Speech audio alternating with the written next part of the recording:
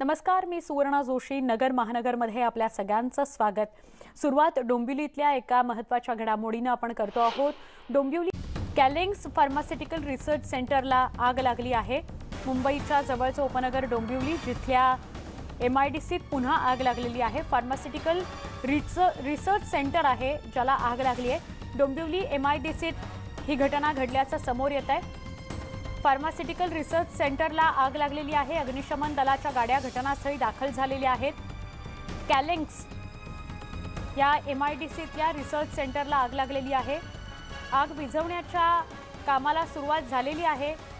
भीषण आग आहे, दृश्यांमध्ये आपल्याला बघायला मिळते. कॅलेंग्स असं रिसर्च सेंटर आहे, फार्मास्युटिकल रिसर्च सेंटर आहे ज्याला आग लागलेली आहे.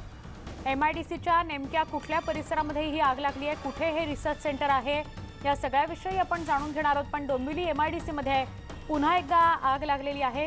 याआधी 2 कारखान्यांना भल्या मोठ्या प्रमाणात आग लागली होती. एकदा तर बॉयलरचा स्फोट होऊन मोठी दुर्घटना घडलेली होती. त्यानंतर अजून एकदा एका कारखान्याला आग लागलेली होती आणि अशा 2-3 घटना लागोपाठ गेल्या 1-2 वर्षांमध्ये घडलेल्या आपल्याला बघायला मिळत आहेत. डोंबिवली MIDCमध्ये कॅलेंग्स या फार्मास्युटिकल रिसर्च सेंटरला आग लागलेली आहे. आमचे प्रतिनिधी प्रदीप भणगे यांच्याकडून अधिक जाणून घेऊया. प्रदीप, डोंबिवलीच्या MIDCच्या कुठल्या परिसरामध्ये हे रिसर्च सेंटर होतं, काय आत्ताचं अपडेट आहे? सुवर्ण, आपण जर बघितलं तर डोंबिवली MIDC फेज मधील हे रिसर्च सेंटर आहे. केमिकलचं हे रिसर्च सेंटर आहे अशी माहिती फायर ब्रिगेड कडून आणि पोलिसांकडून देण्यात आलेली आहे. आपण जर बघितलं 3 फायर ब्रिगेडच्या गाड्या इथे आलेल्या आहेत आणि जर जे आगीचं प्रमाण आहे अद्याप कायम आहे. आग विझवायचं काम चालू आहे. मात्र जर आपण बघितलं तर फायर ब्रिगेडला आतमध्ये जायला कुठलीही जागा नसल्यामुळे थोडीशी अडचण निर्माण होतीये. आपण जर बघितलं तर परिसरात धूर आणि केमिकलचा वास पसरलेला आहे आणि आजूबाजूला पण केमिकलच्या कंपन्या असल्यामुळे मोठा धोका इकडे निर्माण होऊ शकतो. त्यामुळे पूर्ण काळजी फायर ब्रिगेडने घेतलेली आहे. मात्र आग अद्याप विझलेली नाहीये. सुवर्णा, नक्की. प्रदीप, धन्यवाद ही माहिती दिल्याबद्दल. आणि या बातमीनंतर आता आपण जाणार आहोत थेट नवी दिल्लीमध्ये शेतकरी आंदोलनामध्ये जो हिंसाचार बघायला मिळाला त्या संदर्भातली पत्रकार परिषद, पोलिसांची थेट प्रक्षेपण. तक पहुंचे जो अग्रीमेंट के हिसाब से उन्हें दाहिने मुड़ना चाहिए था, वो दाहिने ना मुड़ करके और वहीं पे बैठ गए। उनके नेता सतनाम सिंह पन्नू, उन्होंने काफी भड़काऊ भाषण दिया, जिसके बाद वहां जो उनके साथ फार्मर्स थे उन्होंने बैरिकेड तोड़ने पे आमादा हो गए। उनके एक और किसान नेता जो दर्शनपाल सिंह, वो भी वहां पे बैठ गए और दाहिने मुड़ने से मना कर दिया।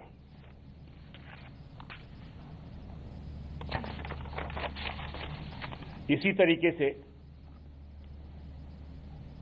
टीकरी से भी 8, साढ़े 8 के समय में वे लोग भी चल पड़े और गाजीपुर से भी इसी 8:30 के समय पे वे भी वहां से चल पड़े।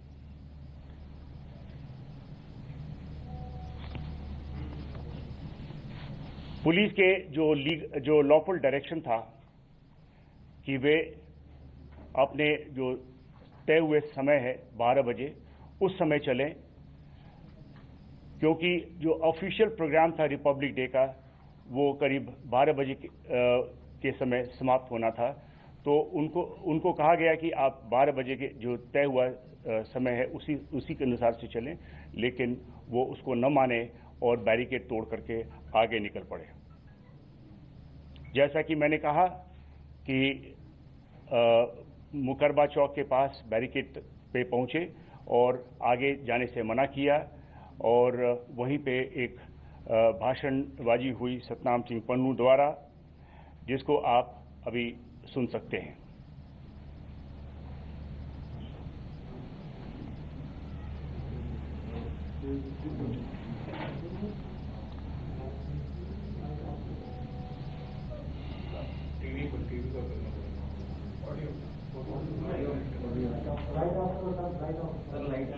ठीक है।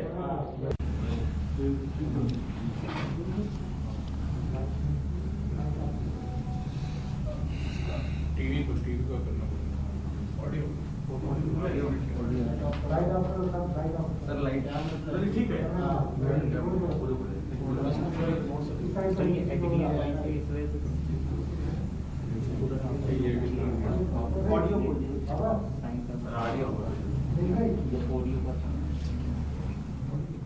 नवी दिल्लीमध्ये शेतकरी आंदोलनात हिंसाचार झाला, त्यानंतर अनेक आरोप प्रत्यारोप झाले, टीका झाली.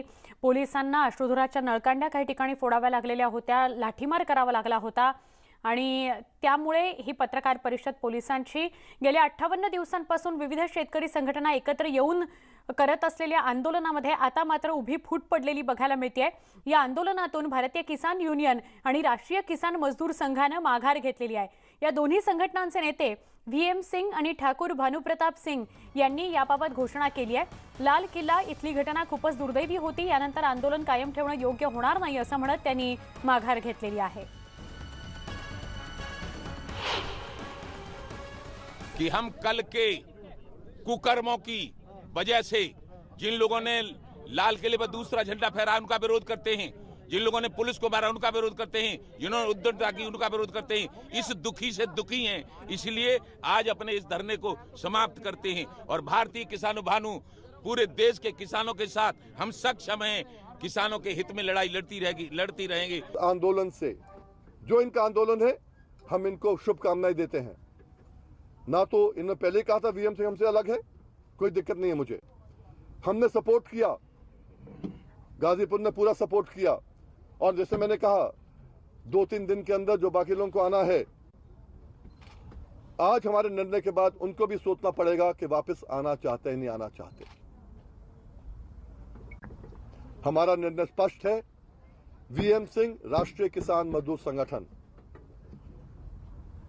इस आंदोलन को यहीं पर ही अलविदा कहते हुए आता मुंबईकरांकरता बातमी आहे. नवी मुंबईचा श्वास गुदमरतोय असं धक्कादायक चित्र समोर आलंय. 15 जानेवारीला खारघरच्या अत्यंत व्यस्त अशा चौकात उभारलेल्या पांढऱ्या शुभ्र रंगाच्या कृत्रिम फुफ्फुसांचा रंग केवळ 10 दिवसांमध्ये काळा पडलेला आहे.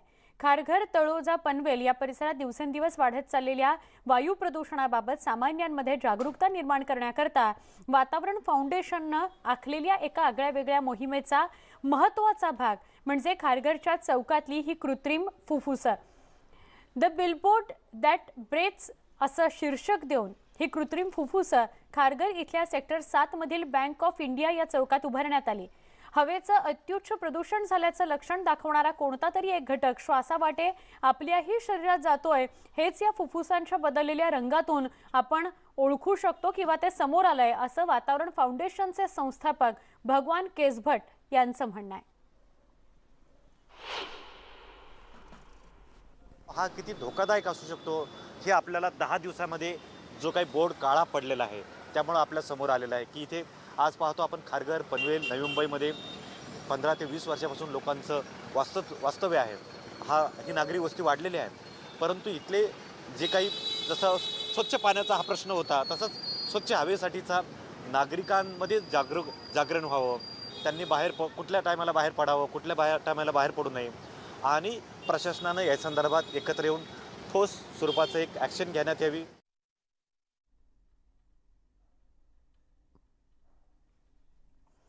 कृत्रिम फुफ्फुसांचा रंग अवघ्या 10 दिवसांमध्ये बदलला. पांढऱ्या शुभ्र रंगाचं कापड लावलेली ही फुफ्फुसं भर चौकामध्ये बँक ऑफ इंडियाच्या भर चौकामध्ये नवी मुंबईत लावण्यात आली होती, पण केवळ 10 दिवसांमध्ये त्याचा रंग बदलला.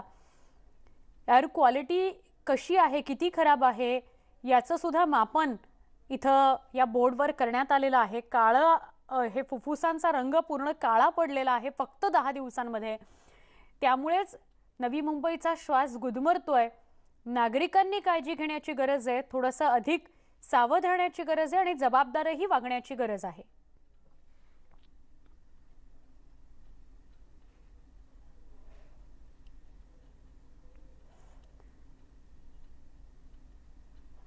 ही दृश्य आपण बघतोय नवी मुंबईतली.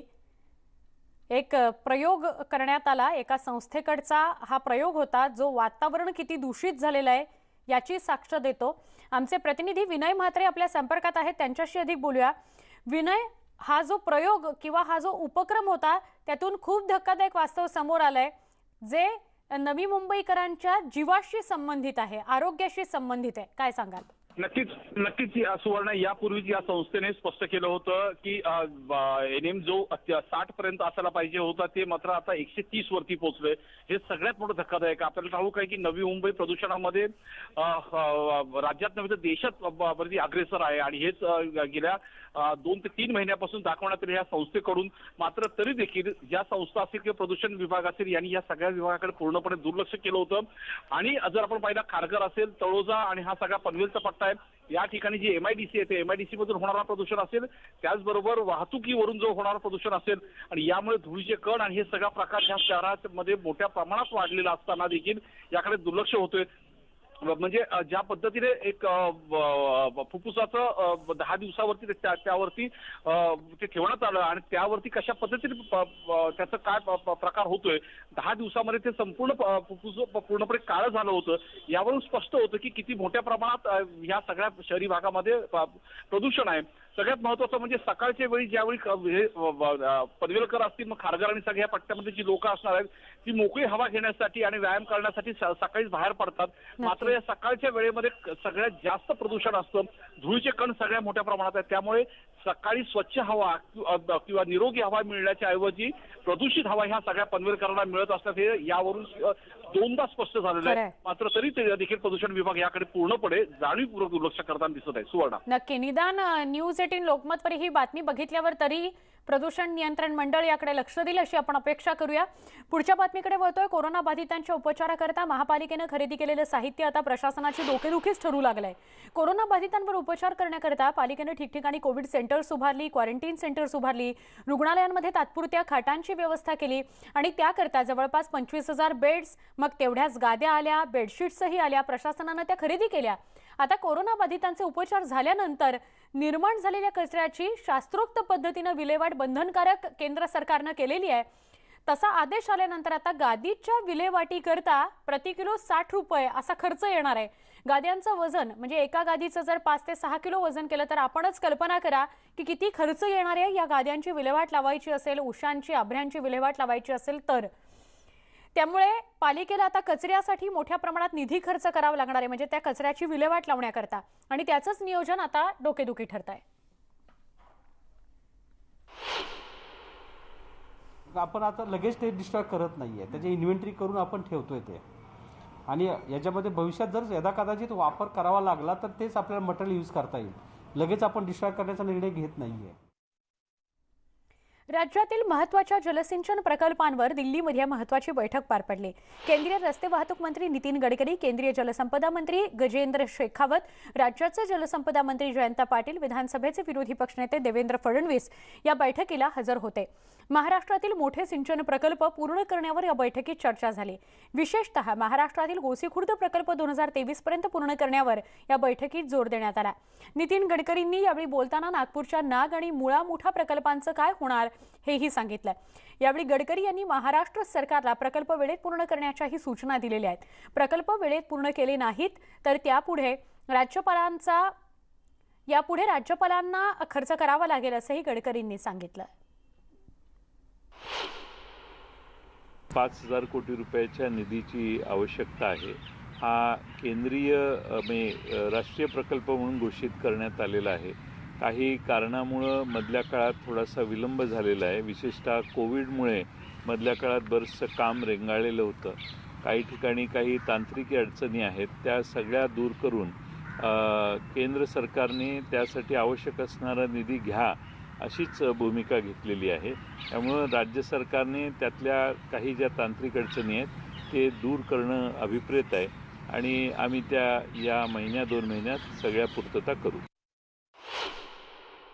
गोसीखुर्द प्रकल्पामध्ये 378 कोटीचा प्रकल्प होता, आता झाली आहे कॉस्ट 18,500 कोटी. आणि त्याच्यात आता मध्ये NBCCकडनंही पण त्याच्यात काही कामं 1,001 कोटीचे त्यांना दिले होते. तेव्हा मी विनंती अशी केली की याच्यातून तुम्ही हे पैसे ताबडतोब हे करून टेंडर काढून याला गती देऊन हे 1-1.5 वर्षात सगळं संपवलं पाहिजे, अन्यथा भारत सरकारने जर वरती हात केले की आता आमची डेट संपली, आम्ही देणार नाही, तर ते पैसे मग सगळे महाराष्ट्र सरकारला खर्च करून पुन्हा ते बंद पडतील. फी वाढ, फी वसुलीच्या मुद्द्यावर पालक शिक्षण मंत्री वर्षा गायकवाड यांच्यातली बैठक निष्फळ ठरलेली आहे. बैठकीनंतर संतप्त पालकांनी वर्षा गायकवाड हाय हाय अशा घोषणा देत सरकारचा निषेध केला. वर्षा गायकवाड यांनी निर्णय घेतला नाही तर 30 जानेवारीला राज्यभरातील पालक मुंबईमध्ये वर्षा गायकवाड यांच्या घराबाहेर आंदोलन करतील असा इशारा जयश्री देशपांडे यांनी दिला. मोठी दुर्दैवाची गोष्ट आहे की महाराष्ट्रामध्ये परमिशन देताना तुम्ही सगळ्या बोर्डांना परमिशन देता आणि ऐनवेळेला जेव्हा यांचे विषय येतात तेव्हा हात वरती करतात. सगळ्यात पहिल्यांदा आमची आता इथे मागणी अशी आहे की यांनी सगळ्या बोर्डाच्या शाळा बंद कराव्यात आणि फक्त SSC बोर्डाच्या शाळा इथे चालू ठेवाव्यात. दुसरी महत्त्वाची गोष्ट, तुम्ही जो GR काढला तो इतका वीक GR कशासाठी काढला? मॅडम आम्हाला सांगतात की ऑपोजिट पार्टीचे 5-5 वकील असतात, तुम्ही सत्तेमधलं सरकार आहे, तुम्ही 100 वकील उभे करावे एवढी आज तुमच्यामध्ये ताकद आहे आणि आम्हाला सांगतात जावडेकरांना तुम्ही घेराव घाला. स्वतःची जबाबदारी ढकलून देण्याचं हे पूर्णपणे कारस्थान चाललेलं आहे. बाकीचे सगळे स्टेट जर का फीस कमी करू शकतात तर महाराष्ट्र स्टेटला काय प्रॉब्लेम आहे? राज्यभरातील शाळा टप्प्याटप्प्यानं सुरू करणार आणि तसंच ऑनलाईन शिक्षण घेऊ न शकणाऱ्यांना शाळेत आणण्याचा प्रयत्न असेल अशी माहिती शालेय शिक्षण मंत्री वर्षा गायकवाड यांनी दिली. त्याप्रमाणेच शाळाबाह्य विद्यार्थी कसे शाळेत येतील यासाठी मोहीम राबवणार आहोत असंही वर्षा गायकवाडांनी सांगितलं. शाळाबाह्य विद्यार्थी आणि विद्यार्थिनी स्पेसिफिकली मुलींच्या बाबतीमध्ये आपल्याला लक्ष द्यावं लागेल की किती मोठ्या प्रमाणामध्ये हे प्रमाण आहे. कारण काही राज्यांमध्ये असं आढळलं की हे प्रमाण 10% आहे, काही ठिकाणी जास्त पण वाढलेलं दिसलं. तर ते आता आपल्या शाळेमध्ये एकदा विद्यार्थी सुरू झाले की आता आपण त्यांना मॉनिटरिंग करू आणि आपला प्रयत्न असा राहील की येणाऱ्या काळामध्ये आपण एक मोहीम राबवावी आणि ज्याच्या माध्यमातून प्रत्येक विद्यार्थी शाळेमध्ये आला पाहिजे. कारण सुरुवातीला आपल्याकडे आपण राईट टू एज्युकेशनच्या माध्यमातून विद्यार्थ्यांना शाळेमध्ये आणलं, परंतु कोविडमुळे काय झालं, काही मार्जिनलमुळे ही शाळेपासून थोडी दुरावली. त्यामुळे अशा मुलांना आपल्याला शाळेमध्ये परत आणणं आणि त्यांना शिक्षणाच्या मुख्य प्रवाहामध्ये आणणं हे आपलं कर्तव्य असं आम्हाला वाटतं आणि म्हणून शाळाबाह्य मुलांसाठी आम्ही विशेष मोहीम राबवतो. 12वी विस्तारीकरणाचा तिसरा टप्पा पूर्ण होऊन विस्थापित झालेल्या तळ्याची वाडी, देवराळवाडी आणि कोळे वडखळ इथल्या ग्रामस्थांचं पुनर्वसन झालं नाहीये. त्यामुळे आज या 3 गावांमधल्या ग्रामस्थांनी श्रमिक मुक्ती संघटनेच्या नेतृत्वाखाली अंबरनाथच्या MIDC मुख्यालयाबाहेर बेमुदत धरणं आंदोलन सुरू केलेलं आहे. यावेळी ग्रामस्थ विविध गाणी गात MIDC प्रशासनाचा निषेध करतायत. MIDCच्या मुख्यालयामध्ये प्रवेश न दिल्यानं आंदोलकांनी भर उन्हात कल्याण बदलापूर रस्त्यावरच ठाण मांडला. सुमारे 250 गावकऱ्यांनी ठिय्या आंदोलन सुरू केलेलं आहे. यामध्ये ज्येष्ठ नागरिक आहेत, लहान मुलं आहेत, महिला आहेत, ज्यांनी या आंदोलनात मोठ्या प्रमाणात सहभाग घेतलेला आहे. यावेळी ग्रामस्थांनी पुढच्या काही दिवसांची तयारी, जेवणाचं साहित्य देखील आपल्यासोबत ठेवलं आहे. 1972 साली आमची जी जमीन उर्वरित होती ती आमची जमीन पाण्याखाली गेली. 2019ला पूर्ण आमच्या गावाला पूर्ण पाण्याचा वेढा बसला. जी आमची जमीन होती ती पूर्ण पाण्याखाली गेली. आमच्या लोकाला कुठलीच जमिनीचा आश्वासन राहिलेला नाही. तर आम्ही वारंवार MIDCला असं सांगत होतो. तर आमचे पूर्ण गावाचा पुनर्वसन झाला आणि 3च गावाचा पुनर्वसन होत. प्रत्येक वेळेला लोकांना मात्र आश्वासनच दिली. तेव्हा आज आता ते लोकांचं म्हणणं आहे का आम्हाला तुम्ही ठोस काही कारवाई कशी करणार, कधी करणार याचं उत्तर देईपर्यंत आम्ही जाणार नाही. आणि म्हणून आणि विशेष म्हणजे ही आदिवासी जी लोक आहेत तीच वंचित राहिली आहेत. बाकीच्या अनेकांना त्यांच्या घरांना धक्काही लागलेला नसताना करोडो रुपये दिलेले आहेत. बुलेटिनमध्ये स्वागत. देवीच्या 3.5 शक्तिपीठांपैकी एक पीठ असलेल्या माहूरच्या रेणुकामाता मंदिरात महिला पुजाऱ्याची नेमणूक करण्याची मागणी भूमाता ब्रिगेडच्या अध्यक्षा तृप्ती देसाई यांनी केली आहे. तृप्ती देसाई सध्या नांदेड दौऱ्यावर आहेत. त्यांनी माहूर इथं जाऊन रेणुकामातेचं दर्शन घेतलं. राज्यातील सगळ्या देवस्थानच्या ट्रस्टमध्ये महिलांचा समावेश असावा, शिवाय देवीच्या मंदिरात महिला पुजारी ही असावी अशी मागणी आपण राज्य सरकारकडे केलेली आहे. यावर निर्णय झाला नाही तर आंदोलन करण्याचा इशारा तृप्ती देसाई यांनी दिला. चांगली सुरुवात क्रांतिकारक व्हावी।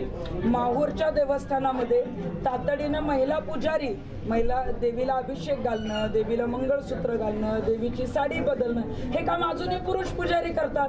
मग महिला इतर राज्यामध्ये नाहीत का? अनेक पौराहित्य शिकलेल्या महिला इथं आहेत, परंतु अजूनही मानसिकता महिलांना पुजारी करण्याची नाही। त्यामुळे माहूरमध्ये तातडीनं महिला पुजारी नेमण्यात याव्यात आणि जेवढे काही ट्रस्ट आहेत, छोटे असतील आणि मोठे असतील राज्याचे, याच्यामध्ये सगळीकडे 50% महिला ट्रस्टी देवस्थान ट्रस्टवर घ्याव्यात, अशा पद्धतीची मागणी आम्ही राज्य सरकारकडे सुद्धा केलेली आहे आणि तातडीनं अशा पद्धतीचा आदेश सरकारने काढावा अशी आमची त्यांना विनंती आहे। पिंपरी चिंचवडमध्ये आतापर्यंतची सगळ्यात मोठी कामगिरी पोलिसांनी केली आहे। जवळपास 24 पिस्तुलं आणि 38 जिवंत काडतुसं पोलिसांनी हस्तगत केली आहेत, जप्त केली आहेत। या प्रकरणी 12 आरोपींना पोलिसांनी अटकही केली आहे। विशेष म्हणजे मध्य प्रदेशातून या पिस्तूल विक्री करता आणल्या जातात। आरोपींमध्ये मुळशी पॅटर्न चित्रपट नन्या या पत्रावर आधारित आहे। त्या आरोपीचाही अटक केलेल्या आरोपींमध्ये समावेश आहे।